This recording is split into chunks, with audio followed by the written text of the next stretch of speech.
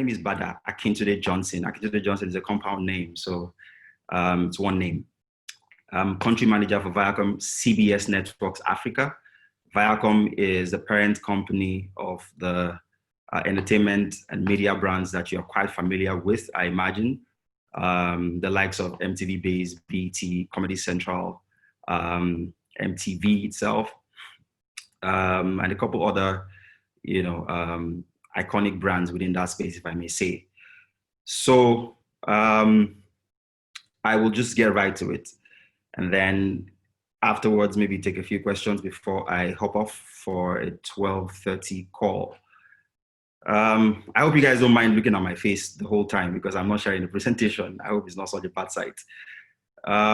So basically, we're speaking about creative outcomes of COVID-19. So I'm going to be focusing on my space or spaces that relate to what I do, namely media, entertainment, and a little bit of tech.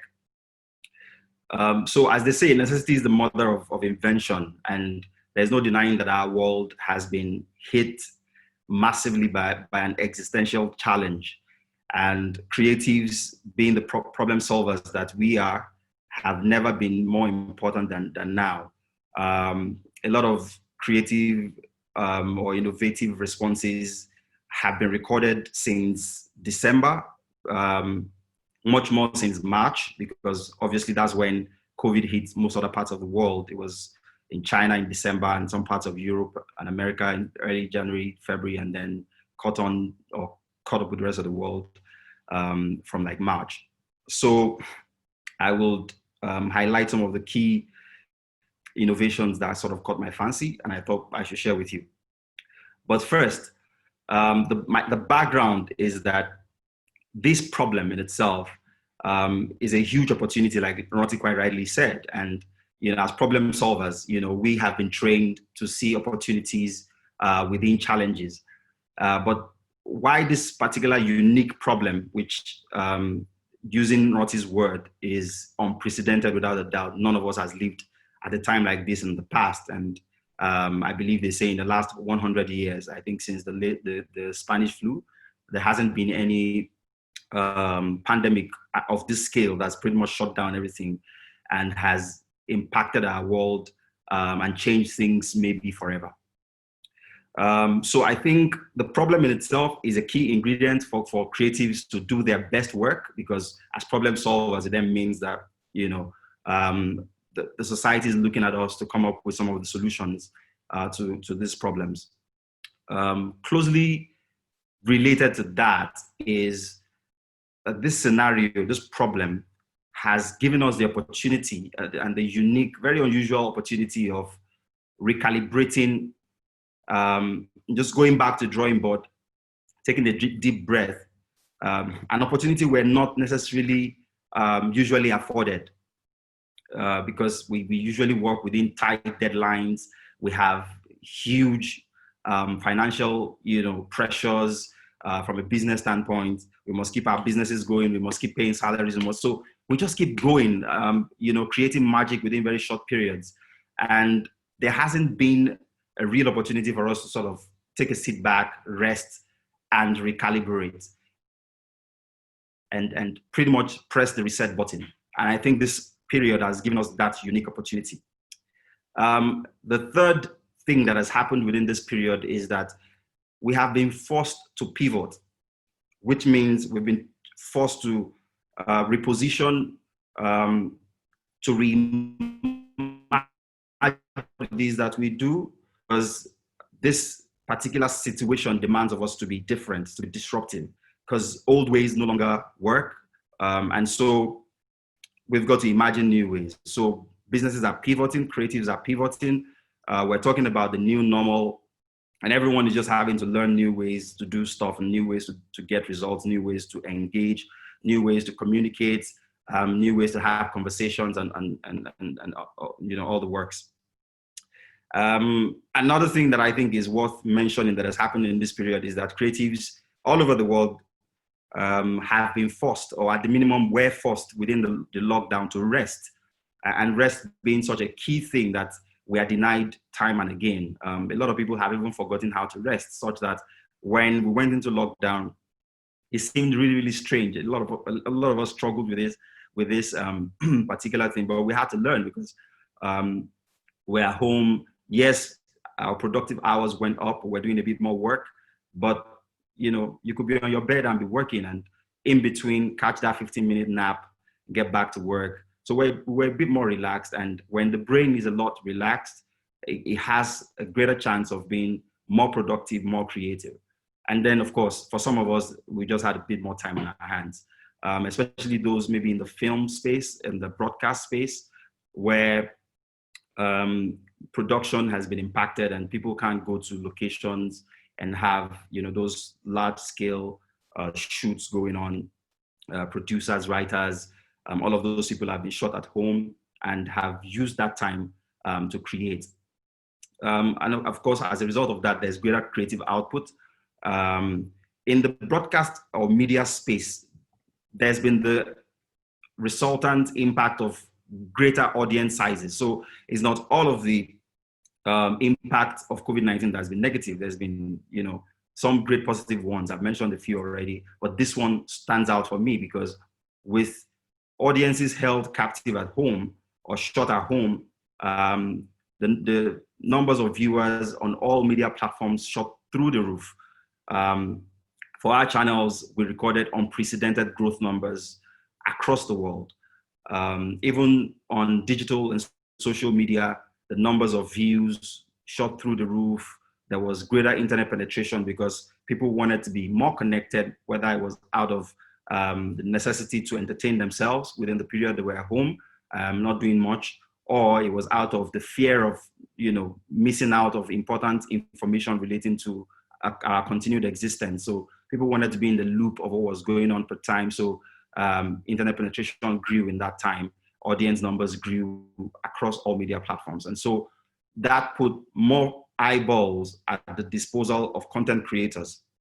Advertising spend didn't grow in the same way because obviously brands were selling less, and so they have less budgets to spend on advertising, whether creating advertising or actually exposing the creatives that they've made. And then of course there's been greater access. Creatives are finding new distribution channels, finding new disruptive models. They're creating new platforms to reach audiences directly. They're bypassing and sidestepping the great institutional distribution channels that we had pre-COVID. So in terms of specifics, things that have caught my eye or eyes, let me just dive in and mention a couple or speak to a couple.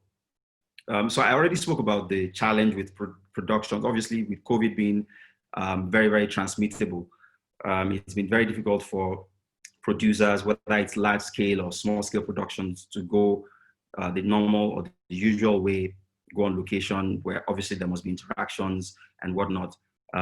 We have had to shut down all productions in Nigeria. We haven't done anything on MTV Base since March. We haven't produced any long form. We managed to do a few short forms, but no long form content.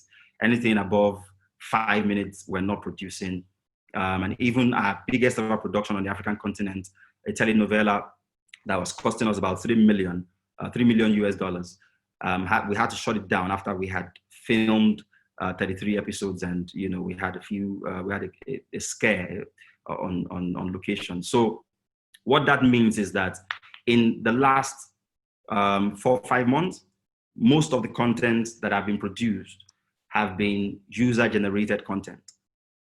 So there's been an explosion of content being created by everyday people, regular people like you and I.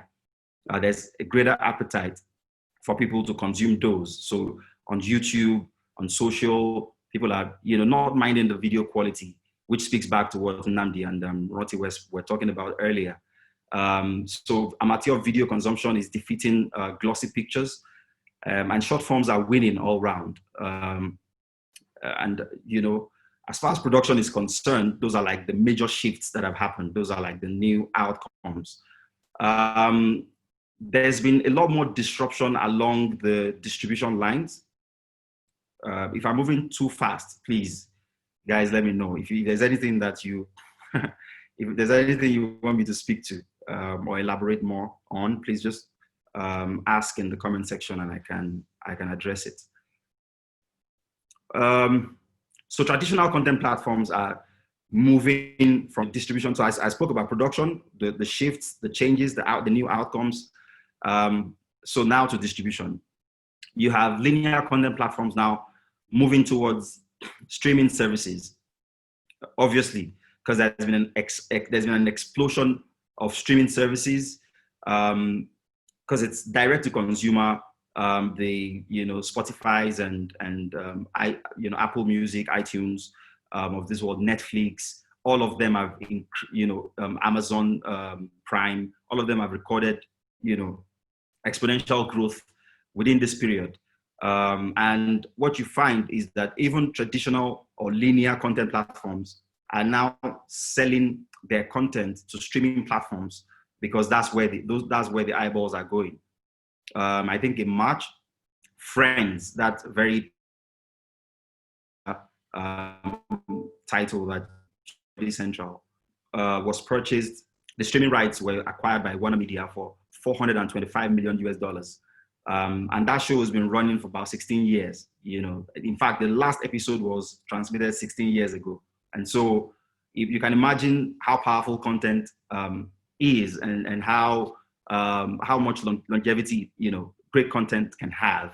If 16 years after the last episode of Friends was transmitted, a new platform, Warner comes and buys it up for as much as almost $500 million. Now, broadcasters are transitioning to digital delivery. And there's a lot of, thank you. Someone mentioned Rock TV as well. There's a lot of, new distribution platforms that have sprung up and are growing, exponentially in this period. And even within that, streaming space, there's a lot of communal consumption that is being promoted.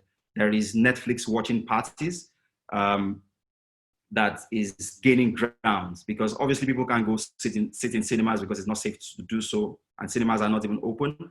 So you can watch Netflix titles with your friends or your family, and even Apple Music is launching similar services that encourages people listening to the same things or just sharing more on those streaming platforms. And what delivering content that is being produced on these new distribution platforms, or this,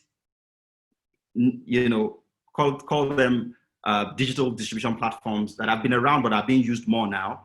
What is it's tending towards, or what it's going to cause to happen, is that we would, whether we like it or not, have to expedite deploying 5G technology, because now you need more bandwidth, you have more people using the internet, you have more people consuming content, and they need greater signal qualities. And so this pandemic is likely to accelerate the adoption of 5G technology from the short to the medium term. From an experiential or eventing standpoint, obviously, there are no concerts, so there are no shows, no artists can go on tours, audiences can go into those huge concert venues and have their favorite musicians perform for them. So the outcome of that is we've had certain creatives come up with a few ideas, and I picked a few interesting ideas, and I picked drive-through concerts and drive-through film screenings. We've had a couple of those in Nigeria, where people go to a location in their vehicles and they stay in their vehicles and watch a performance. There was one in Abuja, I think, that had Naira Marley that went pear-shaped.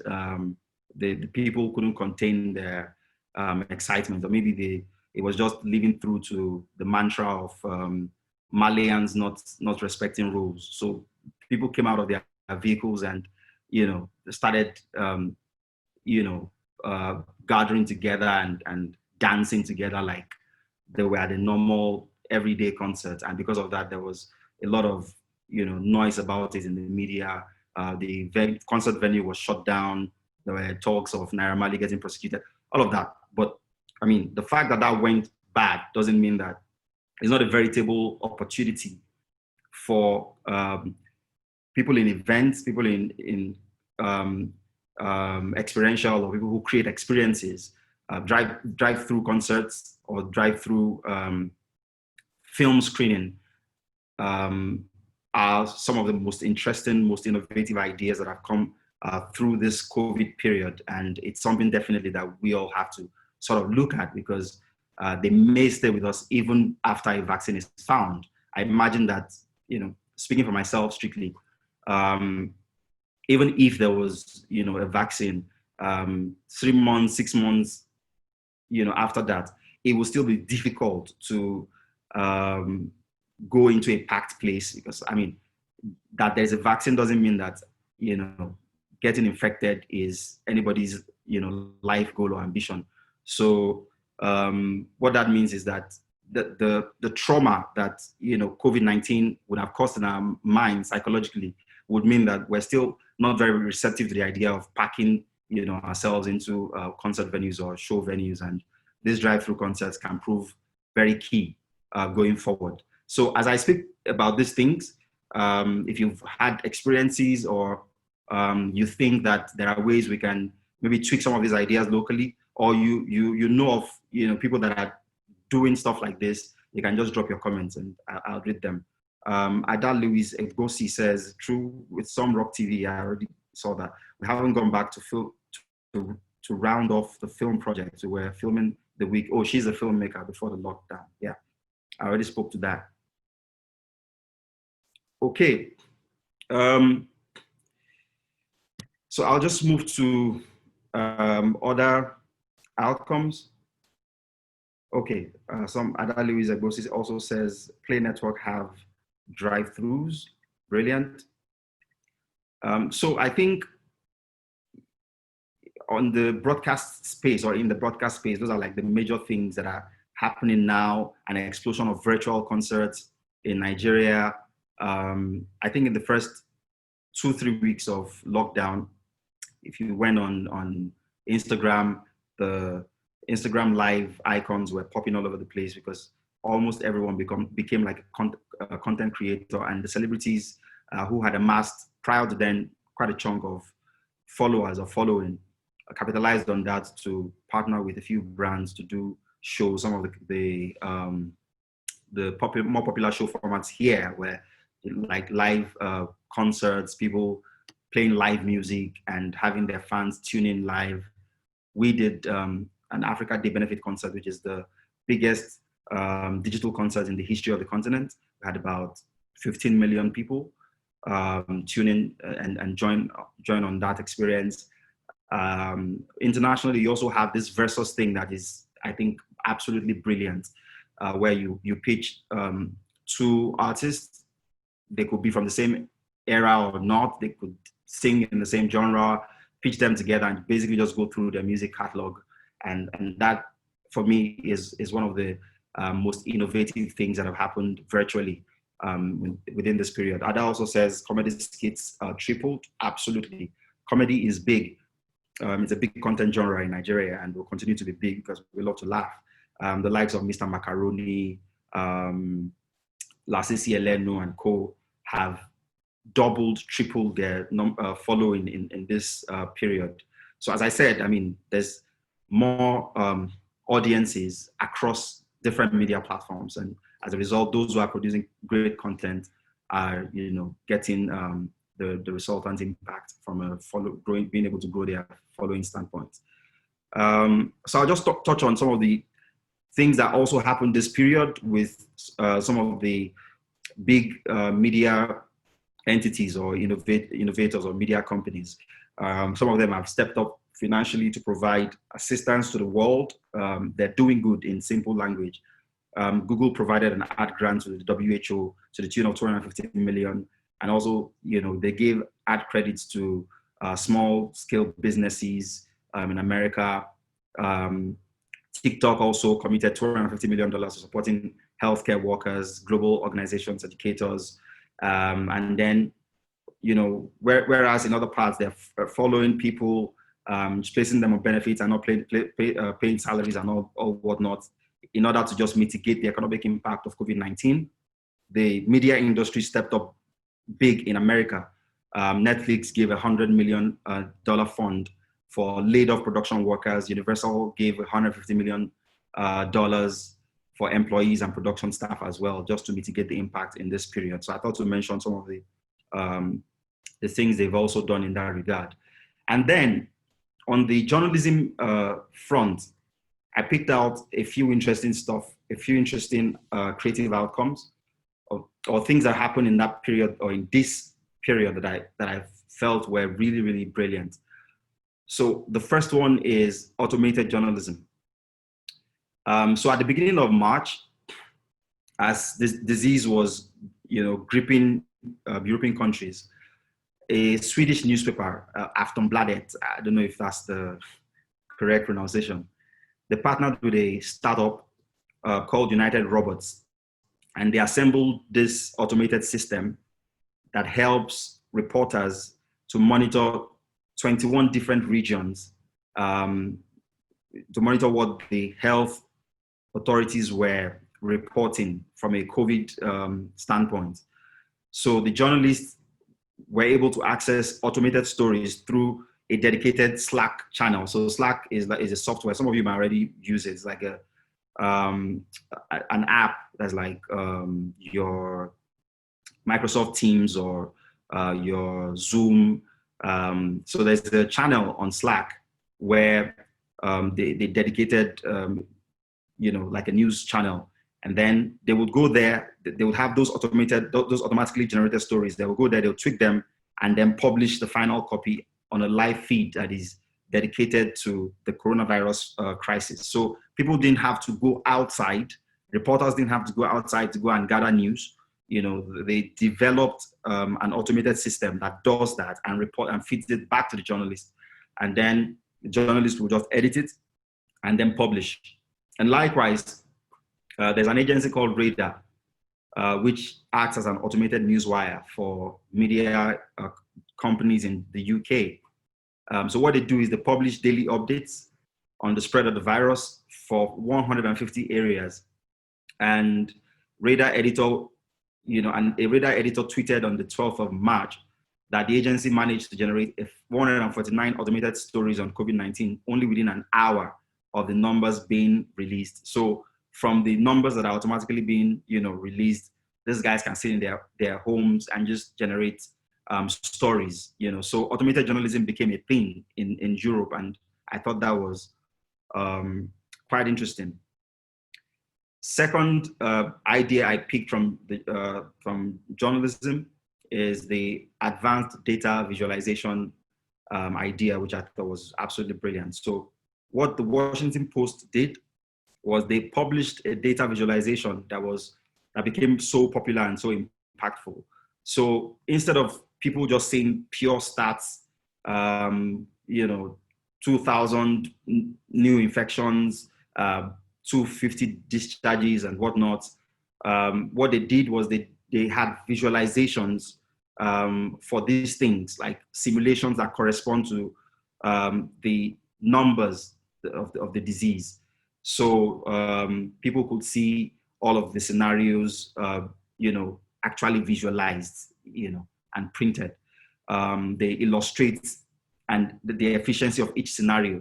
So they will program dots that can bounce around. So if they wanted to depict what transmission could look like in a restaurant situation, it's a restaurant scenario, they will use dots to illustrate or simulate that. And it became a really powerful tool, visualization, that is data visualization, for people to understand what was going on in terms of the disease and be able to help stem the spread.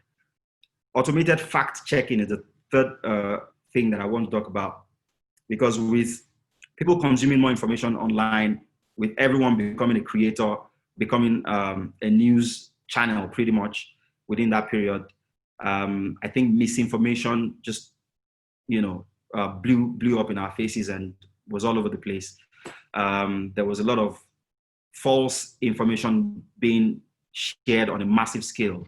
So the big guns in Europe, the BBC, the AFP, Reuters, Financial Times, Wall Street Journal, the Hindu, CBC, Radio Canada. So that would be, Europe and America, because Facebook, Google, Microsoft, and Twitter, all of those with the European Broadcasting Union came together, and they launched what they call Trusted News Initiative, which would fact check information. And now, when you look at your timeline, you may find a post that has been fact checked and has been flagged as containing disinformation or information that is not correct. For instance, yesterday, that lady, that doctor, who, by the way, is not from Nigeria, she's from Cameroon, came out and said chloroquine was effective in the treatment of coronavirus, and that she had used it in curing 300 people. Each time I saw that story on my timeline later in the day, it had been fact-checked and had been flagged as containing false information. So that happening automatically was as a result of these news agencies coming together and putting their resources into this Trusted News Initiative, where online, if you put out information, there is already a system in place that helps to fact check and flag that piece of information as containing information that is not true.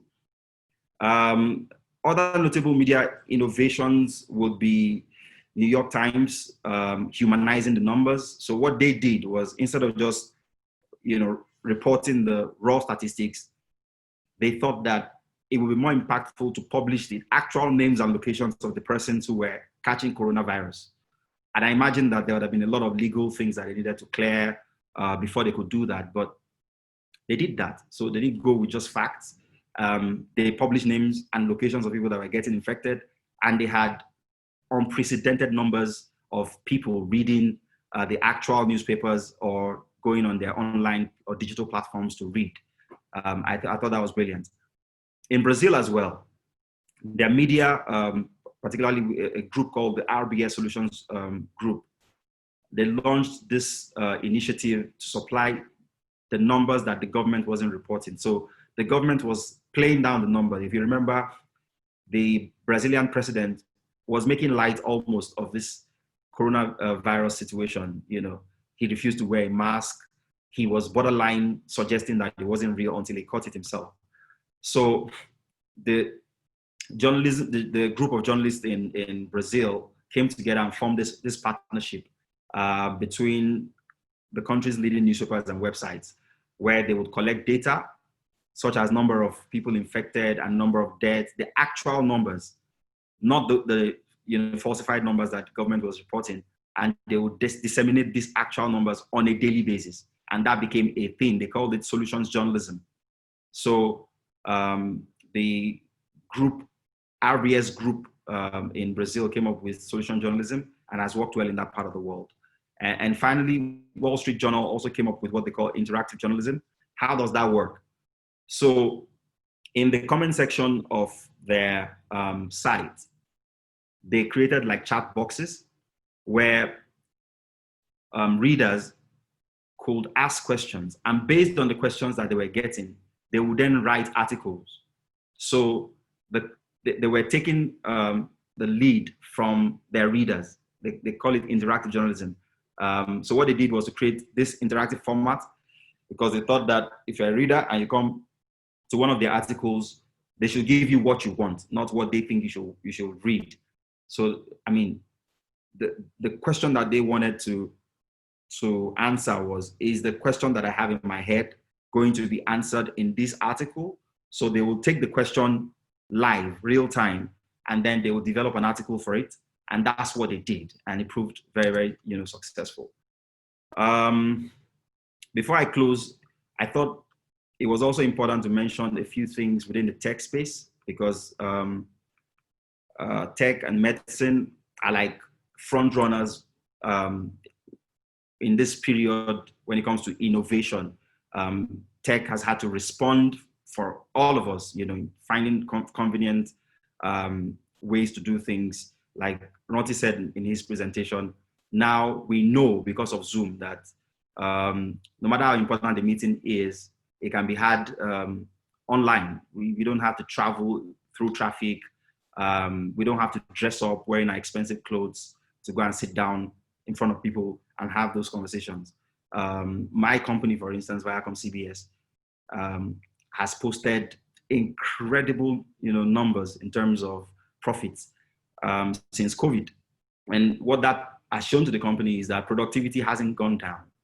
So one of the creative outcomes, or one of the outcomes of COVID-19 going forward for us, as regards, how we work, could potentially be, or most likely would be, that we may never go back to working 9 to 5, or at the minimum, not all members of staff, maybe production staff may not have a choice because of the nature of their job. But for those of us who maybe like run operations, sales, marketing, and stuff like that, our productivity has not dipped in any way just by being at home and being in front of our systems. If anything, productivity has gone sky high, gone through the roof, and the numbers bear witness and bear testament to this. So a few tech inventions or tech innovations that caught my attention in this period. So a lot of this, before I get into this, I wanted to mention something at the beginning,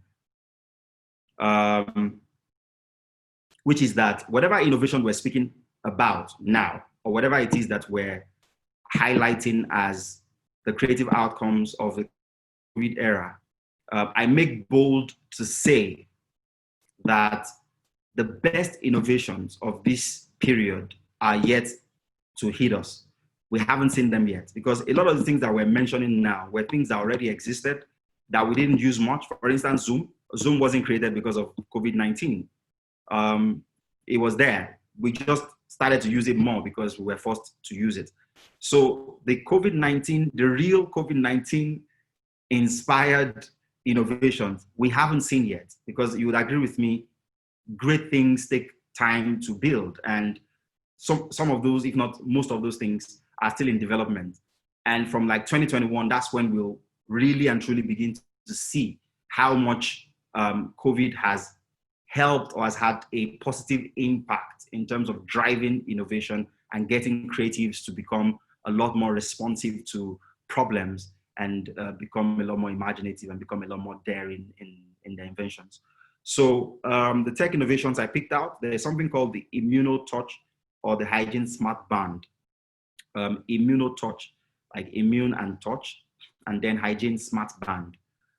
So there's a Seattle-based company called Slightly Robots, which is owned by two brothers and a friend. So they launched this wearable device in a wristband, and the gadget was made to skin picking or nail biting or touching their faces. That's what they originally made it for. That was pre-COVID. But in December 2019, when COVID started in China, those guys knew that their invention had finally found, an opportunity. So they quickly redesigned the device to a brand new invention, which they call the ImmunoTouch. So the band was coded in a way that the user gets alerted by sound whenever they try to touch their face. So the moment you start moving your hand towards your face, you'll hear a beep or you hear a sound. And then you know that, oh, you're not supposed to do that. And the company believed that this is a big breakthrough, especially at this time when people are advised to maintain social hygiene, given the fact that they had already set it up.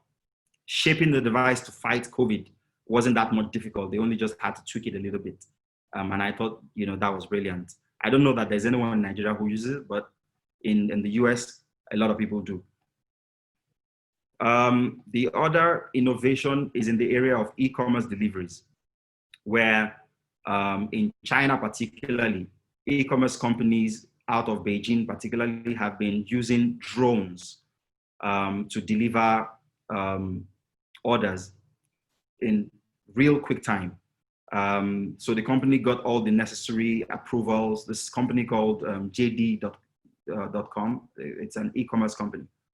So they obtained all the necessary flight approvals, and they started flying drones into distant areas, remote locations, like the most remotest of areas, and people were getting their deliveries on time.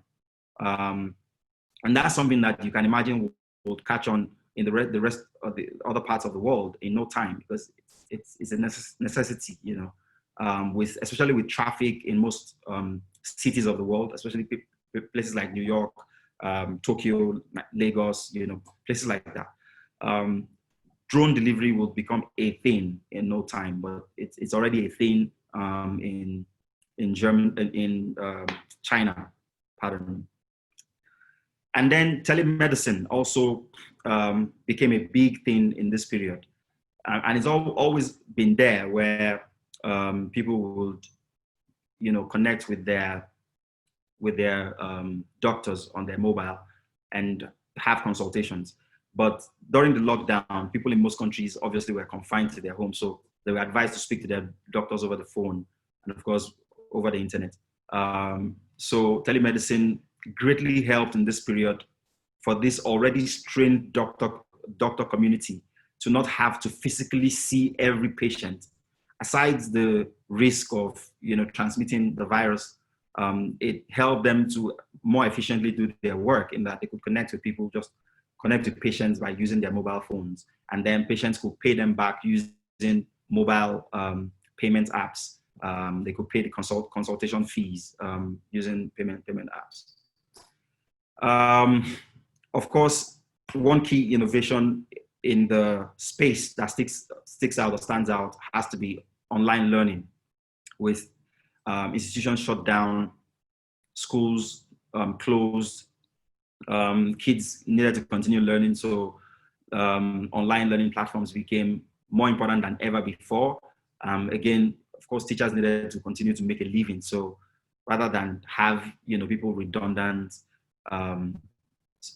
learning just switched online, and there's a lot more of that would happen going forward, and it might be the way that a lot of the future generation would learn. Video conferencing, I already spoke about Zoom. Zoom has a download tally of over 100 million users, and it keeps growing.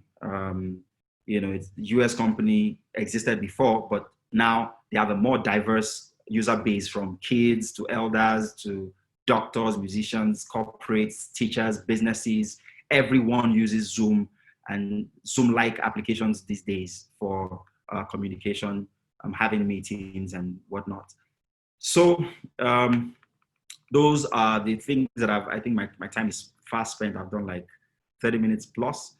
So, and just a recap, I have gone through the key creative outcomes within the media and the entertainment space, from a production standpoint to a distribution standpoint.